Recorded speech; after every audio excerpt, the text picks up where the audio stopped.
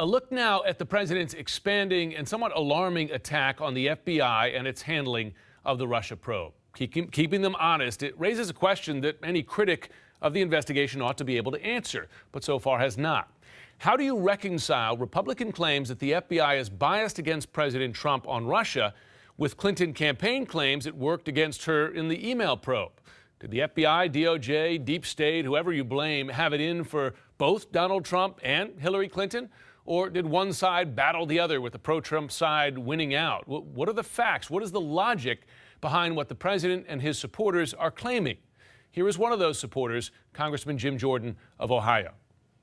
You had, I'm convinced now, the FBI actively seeking, with intent, with a plan, actively trying to stop Donald Trump from being president of the United States.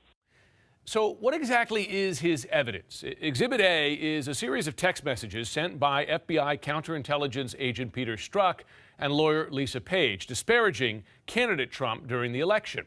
They referred to then candidate Trump as a, quote, idiot, using words as well that we won't say on TV, while fearing that his potential victory would be, quote, terrifying.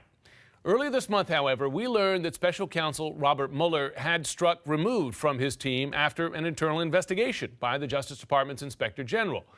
Now, the president, as you know, has been going after the Mueller probe from a number of other directions and has recently singled out one other top official in tweet after tweet.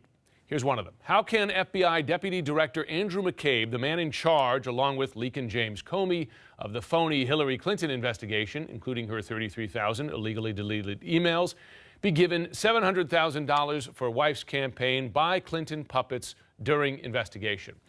All right, this particular tweet stands out for many reasons. First of all, McCabe's wife, Jill, got the campaign donation for a Virginia Senate race from a PAC for a Clinton friend and Virginia Governor Terry McAuliffe in late 2015. Now, she lost.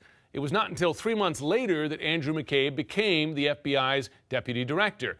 And that, according to an FBI statement to the Wall Street Journal, was the first time that McCabe had any oversight whatsoever over the Clinton case. So the president's claim there is, based on the facts, it's false. And as for his claim that the Clinton investigation itself was somehow, as the president claims, phony, well, candidate Trump did not seem to think so, especially not in late October when Director Comey reopened the probe. The FBI has just sent a letter to Congress informing them that they have discovered new emails pertaining to the former Secretary of State Hillary Clinton's investigation. I have great respect for the FBI for righting this wrong. The American people fully understand her corruption, and we hope all justice will finally be served. So there's candidate Trump applauding the FBI for the very decision that many Clinton supporters say tipped the election in his favor. The same FBI he is now today disparaging for what he claims to be its anti-Trump bias today. The same FBI that his supporters, including Republican lawmakers, are even accusing of being pro-Clinton and anti-Trump during the campaign. Both sides making allegations, but both sides can't be right.